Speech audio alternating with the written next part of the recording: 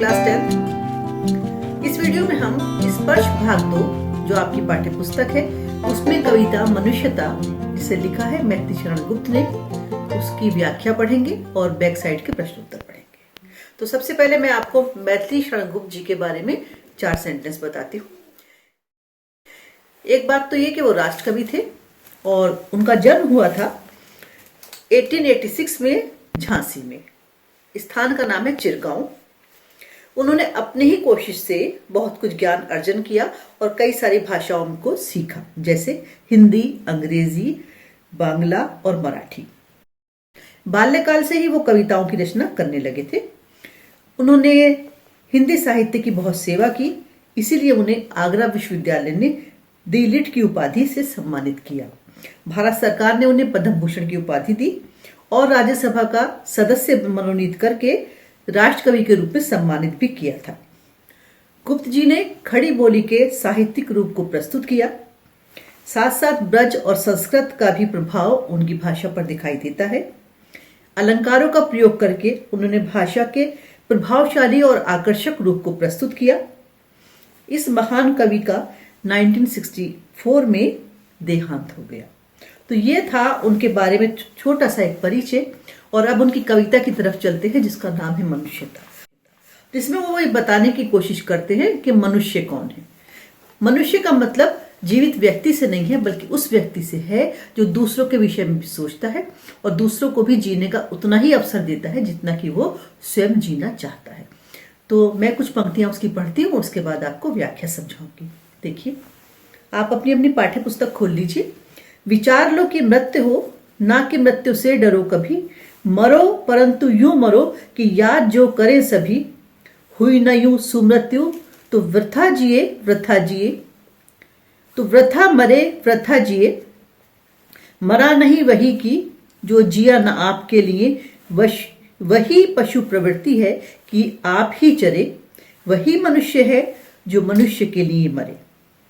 शब्दार्थ में आपको कविता की व्याख्या के बाद बताऊंगी। देखिए, कवि कहते हैं कि ये हमें समझ लेना चाहिए कि इस संसार में कोई भी व्यक्ति अमर होकर नहीं आया है। एक ना एक दिन उसको इस संसार से जाना ही है। जितनी आयु ईश्वर ने प्रदान की है उतने दिन यहाँ पर रहेगा और उसके बाद इस संसार को छोड़कर चला जाएगा। तो जब व्यक्ति को एक ना एक दिन इस संसार से जाना ही है तो उसको ऐसे कार्य करने चाहिए कि उसके जाने के बाद संसार में उसका नाम लोग अच्छी तरह से लें। उसके जाने के बाद भी उसके अच्छे अच्छे कार्यों को याद किया जाए। व्यक्ति को जीते जी अच्छे काम करने चाहिए ताकि वो मरने के बाद संसार के लोगों के बाद अच्छे शब्दों में याद किया जाए और कभी भी उनकी यादों से बाहर ना। सुमृत्यु एक वर्ड इसमें आया है।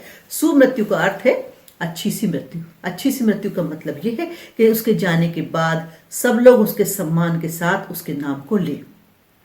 देखिए, मृत्यु का क्या है, 2 तरह से हमारी मृत्यु हो सकती है। एक तो शारीरिक है, जब हमारा शरीर नष्ट हो जाता है और हम इस संसार में कहीं दिखाई नहीं देते।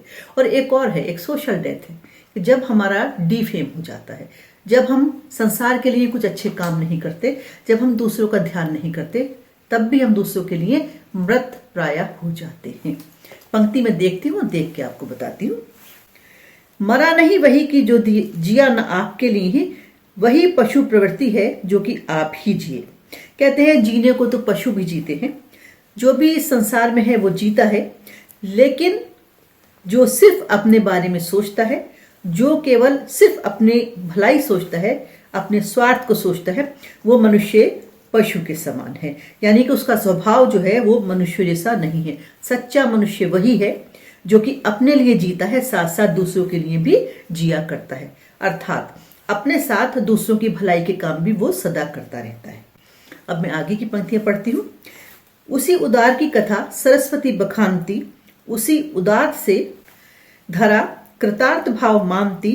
उसी उदार की सदा सजीव कीर्ति कूजती। तथा उसी उदार को समस्त सृष्टि पूजती। अखंड आत्मभाव जो असीम विश्व में भरे। वही मनुष्य है जो मनुष्य के लिए मरे। उसी उदार की कथा सरस्वती बखानती।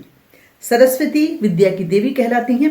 तो यहां पर उसका अर्थ यह है कि जो व्यक्ति दूसरों के लिए भलाई का कार्य करता है उसी का नाम इतिहास में सुनहरे अक्षरों में लिखा जाता है और उसी व्यक्ति के लिए दूसरे लोग बहुत ही आभारी होते हैं, धन्यवाद देते हैं उसके लिए शुक्रगुजार जीवन भर रहते हैं, जो दूसरों के लिए भी कुछ किया करता है। उसी उदार की सदा सजीव की कीर्ति गूंजती और उसी व्यक्ति का नाम सदा सदा संसार में अमर हो जाता है तथा उसी उदार को समस्त सृष्टि पूछती। संसार के सारे लोग उसी का नाम लेते हैं, उसी के सामने सर नवाते हैं, यानी कि उसके सामने थैंकफुल होते हैं। सर झुकाने से तात्पर्य यहाँ पर ये है। अखंड आत्मभाव जो असीम विश्व में भरे, वही मनुष्य है जो मनुष्य के लिए मरे। जो व्यक्ति संसार में सभी को लेकर चलता है, वही व्यक्ति जो है दूसरों के द्वारा याद किया जाता है। अखंड आत्मभाव जो असीम विश्व में भरे, जो व्यक्ति संसार में सबको अलग नहीं करता बल्कि साथ साथ लेकर चलता है, वो व्यक्ति जो है वही सच्ची मनुष्यता रखता है और वही वो व्यक्ति है जो सदा दूसरों के लिए भी जीता और मरता है। और सारे संसार के लोग उसी के प्रति आभार व्यक्त किया करते हैं। कवि ने आगे पौराणिक कथाओं के माध्यम से इस बात को सिद्ध करने का प्रयास किया है कि किस प्रकार से लोगों ने कितनी चीजों को दूसरों के हित के लिए दान में कर दिया था, दान में दे दिया था। शुद्धार्थ रति देव ने दिया करस्त थाल भी, तथा ददीची ने दिया परार्थ अस्थि जाल भी। उशीनर क्षितीश ने स्वमास दान भी किया, सहर्षवीर कर्ण ने शरीर चर्म भी दिया। अनित्य देह के लिए अनादि जीव क्या डरे, वही मनुष्य है जो मनुष्य के लिए मरे। शुद्धार्थ का अर्थ होता है भूख से पीड़ित। रतिदेव ये राजा हुए हैं। करस्त माने हाथ में आया हुआ। ददीची एक ऋषि है। उशीनर क्षितीश ये भी एक राजा है।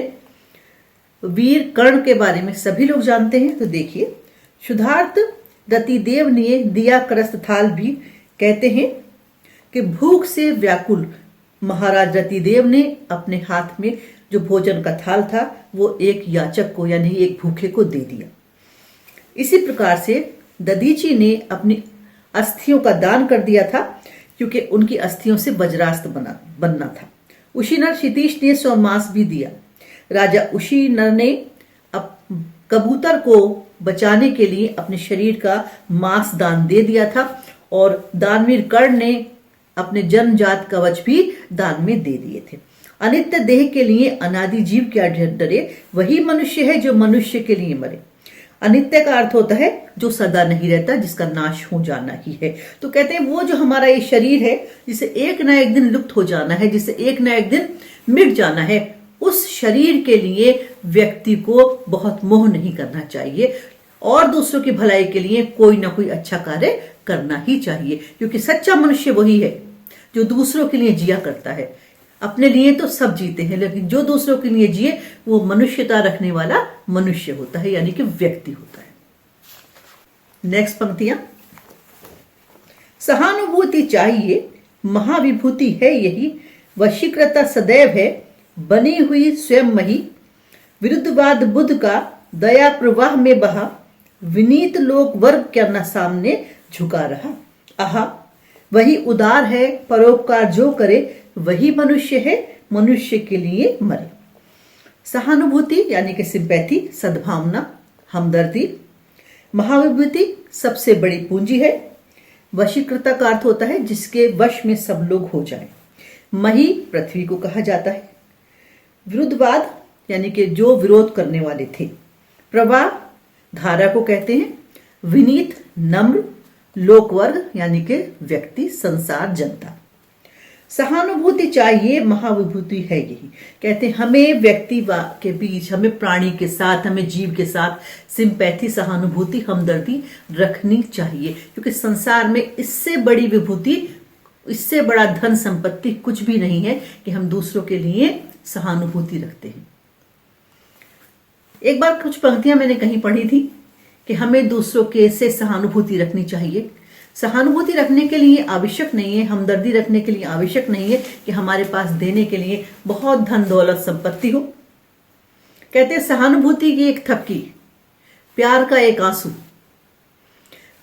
हमदर्दी की एक सांस, गिरते हुए व्यक्ति को संभाल जाती है। तो हम में से इस संसार में कोई भी इतना गरीब नहीं है कि दूसरों को कुछ ना दे सके। हम दूसरों को दुआएं दे सकते हैं, हम दूसरों को आशीर्वाद दे सकते हैं। धन संपत्ति ही सब कुछ नहीं होती। ये पंक्तियां मैं जब स्टूडेंट थी तब मैंने कहीं पढ़ी थी। आइए हम कविता पे लौट आते हैं। वशीकृता सदैव है बनी हुई स्वयं मही। कहते हैं संसार में उसी के वश में सभी लोग हो जाते हैं। मही का अर्थ है धरती, और धरती का यहाँ पर अर्थ है धरतीवासी। कहते हैं जो दूसरों से सहानुभूति रखता है, जो इस महाविभूति को का अधिकारी है, सारे संसार के लोग जो हैं उसके वश में हो जाते हैं, यानी कि उसके पीछे पीछे चलने लगते हैं। गौतम बुद्ध का आगे उदाहरण दिया है कवि ने कि विरुद्धवाद बुद्ध का दया प्रवाह में बहा। गौतम बुद्ध का स्टार्टिंग में बहुत ही विरोध किया गया था, लेकिन उन्होंने सभी विरोधियों पर दया दिखाई, और उनके दया दिखाने का परिणाम ये हुआ कि सभी उनके दया के सामने झुक गए, और ये सारे संसार के लोगों ने उनके सामने सर झुका दिया। आहा उदार वही है परोपकार जो करे, वही मनुष्य है जो मनुष्य के लिए मरे। सच्चा उदार व्यक्ति वही है जो दूसरों की भलाई करता है, जो मनुष्यता के लिए जीवित रहता है और मनुष्यता के लिए संसार में लड़ा करता है। अगर हम ये कहें कि हमारे पास तो बहुत है, हमें तो किसी की हमदर्दी नहीं चाहिए, हमें किसी की बिल्कुल सहारा नहीं चाहिए, ये कहना हमारा बिल्कुल गलत है। अगर हम ये सोचें कि दूसरे जिसके पास कुछ भी नहीं है वो तो बेकार है, वो इस संसार में उसकी क्या आवश्यकता है। अगर कोई अनाथ भी है तो उसको भी हमें ये सोच लेना चाहिए कि वो अनाथ नहीं है, क्योंकि जिसके सर पर परमपिता परमेश्वर का हाथ है वो संसार में अनाथ हो ही नहीं सकता। अगली पंक्तियां इसी से संबंधित हैं। रहो न भूल के मदांध तुच्छ वित्त में, सनात जान आपको करो न गर्व चित्त में। अनाथ कौन है यह त्रिलोकनाथ साथ है, दयाल दीन बंधु के बड़े विशाल हाथ हैं। अतीव भाग्यहीन है अधीर भाव जो भरे, वही मनुष्य है जो मनुष्य के लिए मरे। अगर धन संपत्ति है उसके लिए अभिमान नहीं करना चाहिए, अगर स्वास्थ्य है तो उसके लिए भी बहुत अभिमान नहीं करना चाहिए, क्योंकि हम सबका मालिक वो ईश्वर है। इसीलिए उसके रहते इस संसार में कोई भी अनाथ नहीं है। जैसे कि कहा जाता है कि माता पिता नहीं है तो अनाथ हो गए, लेकिन कवि यहाँ कहते हैं कि जब के सबके सर पर उस त्रिलोकनाथ का हाथ है तो यहाँ पर कोई भी अनाथ नहीं है, क्योंकि हमारा सबका मालिक वो है। संसार में कोई व्यक्ति अनाथ नहीं है, क्योंकि हमारे साथ ईश्वर है, उसके हाथ बहुत बड़े बड़े हैं, वो हमें देता है, वो हमारी सहायता करता है, और हम उस सहायता को लेते हैं, किसी को पता भी नहीं चलता। इसलिए किसी व्यक्ति को भी अधीर नहीं होना चाहिए, धैर्य नहीं खोना चाहिए। जो ऐसा करता है वो अभागा है। सच्चा मनुष्य वही है जो दूसरों के हित में जीता और मरता है। अगली पंक्तियां। अनंत अंतरिक्ष में अनंत देव हैं खड़े, समक्ष ही स्वभाव जो बढ़ा रहे बड़े बड़े।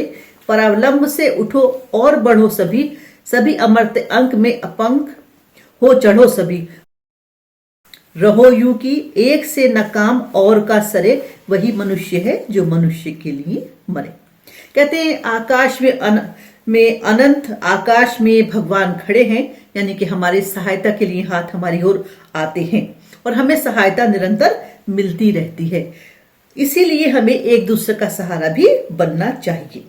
अगर हम ऐसा करते हैं, हम एक दूसरे का साथ देते हैं, एक दूसरे का सहारा बनते हैं, तब हम देवताओं की गोद में जाकर बैठ जाते हैं। अर्थात अगर हमारा मन में शुद्ध है, हमारे मन में स्वार्थ नहीं है, तो हम स्वर्ग का सुख भोग सकते हैं। ऐसा नहीं होना चाहिए कि एक अपना काम करे और दूसरे को बीच में से छोड़ दे। चाहे कितनी भी विपत्तियां आए, कठिनाइयां आए, हमें सबको साथ लेकर चलना है, क्योंकि जो दूसरों के हित में काम करता है वही सच्चा मनुष्य कहलाता है। मनुष्य मात्र बंधु है यही बड़ा विवेक है, पुराण पुरुष स्वयं भू पिता प्रसिद्ध एक है। फलानुसार कर्म के अवश्य ब्रह्म भेद है, परंतु अंतरैक्य में प्रमाणभूत वेद है। अनर्थ है कि बंधु ही ना बंधु की व्यथा हरे, वही मनुष्य है जो मनुष्य के लिए मरे। संसार में सब एक दूसरे के भाई हैं, हमें बनाने वाला वही परमपिता परमेश्वर एक है। इसलिए यही सबसे बड़ा ज्ञान है कि व्यक्ति व्यक्ति का साथ दे, व्यक्ति व्यक्ति की सहायता करे, क्योंकि हम उसी परमपिता की संतान हैं। हम सब एक समान हैं। बाहर से हमें जो भी अंतर दिखाई दे उसके कारण है कि हमारे जो कर्म है उसके हिसाब से ही हमें फल प्राप्त होता है। हम अच्छे अच्छे कार्य करके, हम अब संसार में दूसरों की सहायता करके, संसार में हम ऐसे कार्य करके कि हमारा नाम हमारे जाने के बाद भी लोगों को याद रह जाए, हमें उसके फल प्राप्त होते हैं। और उन फलों के कारण हम देवताओं के साथ भी बैठ सकते हैं। अतः हमें यह सोचना चाहिए कि हम ऐसे काम करें कि हमारे साथ साथ दूसरे लोगों के काम भी होते रहें, हमें तभी स्वर्ग की प्राप्ति हो सकती है। तात्पर्य यह है कि जब एक दूसरे के हम भाई हैं तो अपनी भलाई के साथ साथ अपने साथ वालों की भलाई के विषय में भी विचार करें, और केवल विचार ही ना करें, उस कार्य को करें, यानी कि सबको साथ लेकर चलें।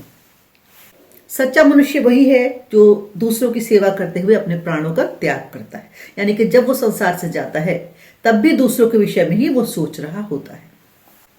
चलो अब इष्ट मार्ग में सहर्ष खेलते हुए, विपत्ति विघ्न जो पड़े उन्हें ढकेलते हुए, घटे न हेल मेल हाँ बढ़े न भिन्नता कभी, अतर्क एक पंथ के सतर्क पंथ हूं सभी, तभी समर्थ भाव है कि तारता हुआ तरे, वही मनुष्य है जो मनुष्य के लिए मरे। हम सब अपने अपने मार्ग पर खुशी खुशी आगे बढ़ते चले, यानी कि अपनी उन्नति करते चले, लेकिन साथ में किसी के मार्ग में भी कोई बाधा उत्पन्न ना करें। हमारे मार्ग में बढ़ते हुए जो विघ्न, बाधाएं, कठिनाइयां, मुसीबतें आए, उनको हम उठाकर धकेल दें पीछे। कभी भी हम पीछे मुड़कर ना देखें, हम पीछे मुड़कर ना जाएं, लेकिन इस रास्ते पर आगे बढ़ते हुए भी हमारे आपसी जो मेल झोल है, हमारी जो आपसी प्यार है, स्नेह है, रख रखाव है, वो कम नहीं होना चाहिए। अर्थात हम में मतभेद नहीं आना चाहिए। हमें वाद विवाद, हमें मतभेद से को छोड़कर स्वच्छ मन से आगे बढ़ते रहना चाहिए।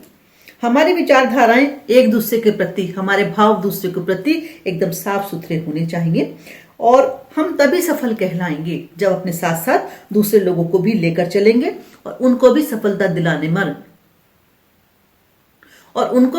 दिलाने में सहायता देंगे। कहते हैं हम समर्थ हैं, इसलिए सच्चा मनुष्य वही है जो दूसरों के हित में प्राण दे देता है, अर्थात अपने प्राणों के साथ साथ, अपने जीवन के साथ साथ दूसरे के जीवन की भी रक्षा करता है। तो बच्चों, ये हो गई इस हमारी मनुष्यता कविता, जो काफी लंबी सी है, जिसे हमारे राष्ट्र कवि मैथिली शरण गुप्त जी ने लिखा था, की व्याख्या। अब मैं पूरी कविता को आपको एक शॉर्ट में बताती हूँ। देखिए, हो सकता है मैं कुछ आगे पीछे करके बता दूं, लेकिन मैं पूरी कविता आपको एक साथ बताती हूँ। इसके बाद मैं इसके शब्दार्थ आपको बताऊंगी और लिख कर भी दूंगी, और उन्हें आप पढ़िएगा। देखिए, कवि मैथिली शरण गुप्त ये कहते हैं कि व्यक्ति को चाहिए कि दूसरों के लिए कार्य करे और जीवन इस तरह से जिए कि दूसरों की भी भलाई होती रहे और उसकी भी भलाई होती रहे। संसार से हमें सबको जाना है, कोई भी यहाँ पर अमर नहीं है। कितने दिन भी इस संसार में हम रुक लें, लेकिन एक दिन ऐसा होगा कि केवल हमारा नाम यहाँ रह जाएगा, ये शरीर हमारा यहाँ नहीं रह जाएगा। तो जब हम नश्वर हैं, एक ना एक दिन हमें मिट जाना है, तो हमें अच्छे अच्छे कार्य करने चाहिए, क्योंकि हमारे जाने के बाद हमारा नाम अच्छी तरह से लिया जाए, हमें सुमृत्यु मिले, यानी कि हमारे जाने के बाद भी हमारा नाम लोग लें तो हमें याद करें, तो प्यार से याद करें, हमारे अच्छे नाम के साथ हमें याद करें।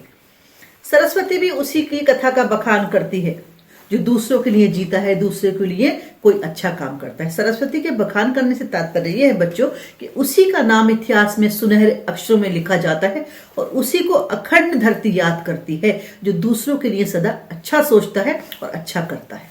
उसी के संसार में कीर्ति भी गूंजती है और उसी को सारा संसार याद करता है, उसी के सार में सर झुकाता है। 4 एग्जाम्पल भी दिए हैं इन्होंने। रतिदेव का दिया कि उन्होंने अपना भोजन का थाल एक भूखे को दे दिया। राजा उशनर का दिया कि किस प्रकार से उन्होंने कबूतर को बचाने के लिए अपना मांस दान में दे दिया। दधीची का एक एग्जाम्पल दिया है कि किस प्रकार से दधीची ने अपने अस्थियों तक को दान कर दिया, और वीर कर्ण ने अपने शरीर के कवच दान में दे दिए जो जन्म से वो लाए थे, क्योंकि सबको पता है कि इस शरीर को एक न एक दिन मिट जाना है। तो इस शरीर के मोह के लिए अच्छे अच्छे काम हम ना करें, ऐसा नहीं होना चाहिए। सभी से सहानुभूति रखें, क्योंकि संसार में इससे बड़ा कोई भी धन दौलत नहीं है। दूसरों पर दया दिखाएं। एग्जाम्पल आगे आया है गौतम बुद्ध का, किस प्रकार से उनका स्टार्टिंग में विरोध हुआ, लेकिन धीरे धीरे उनके विरोधी भी उनके सामने झुकने लगे, क्योंकि उन्होंने कभी किसी के साथ सहानुभूति ना की हो ऐसा नहीं है। सदा उन्होंने सबके साथ सहानुभूति रखी। जो दूसरों पे परोपकार करता है उसी को याद किया जाता है। जब परमपिता परमेश्वर हमारे साथ सबके है तो हम में से कोई भी अनाथ हो ही नहीं सकता, क्योंकि उसके इतने विशाल हाथ हैं कि वो हमें देता है और हमारी भलाई करता है। इसलिए हमें उसके बनाए हुए बंदों की भलाई भी करनी चाहिए। अंतरिक्ष में ईश्वर के हाथ बहुत लंबे हैं और वो हमें हमारी सहायता करने के लिए हर समय तत्पर रहता है, तैयार रहता है। हमें भी उसके बनाए हुए लोगों की सहायता करके अच्छा अपना नाम कर लेना चाहिए। इंसान ये सोच ले मनुष्य कि संसार में सब एक दूसरे के भाई है, इससे बड़ी कोई बुद्धिमानी की बात हो ही नहीं सकती। हाँ, अपने अपने कर्मों के हिसाब से ही सबको फल मिला करते हैं। हमें आगे बढ़ना चाहिए और इस आगे बढ़ते हुए मार्ग में अपने साथ के सब लोगों को लेकर आगे बढ़ना चाहिए। और जो विघ्न बाधाएं आए, मुश्किलें मुसीबतें आए, उनसे लड़ना चाहिए और अपने साथ वाले लोगों को भी उन मुश्किलों से छुटकारा दिलवाना चाहिए। मनुष्य वही है जिसके अंदर मनुष्यता है। कभी इसमें मनुष्यता की वैल्यू बता रहे हैं। तो ये इस कविता को मैंने आपको दोहरा भी दिया, सारांश भी बता दिया, एक एक पंक्ति पढ़ के भी बता दिया। मुझे उम्मीद है कि आपको समझ में आ गया होगा। अब मैं कुछ शब्दार्थ आपको पढ़ के उनका अर्थ बताती हूँ, वो स्क्रीन पर आपको मिलेगा। वैसे भी हर कविता के शब्दार्थ आपको याद कर लेने चाहिए। देखिए, मृत्यु का अर्थ होता है मरणशील। सुमृत्यु अच्छी मृत्यु को कहते हैं। वृथा बेकार है। पशु प्रवृत्ति पशु जैसा स्वभाव। कृतार्थ आभारी को कहते हैं। कूजित का अर्थ है फैलना। शुद्धार्थ का अर्थ है हंग्री भूखा। क्षितीश राजा को कहा जाता है। अनित्य नाशवान। अनादि अविनाशी। महाविभूति बड़ी भारी पूंजी, जिसे सहानुभूति कहा है उन्होंने।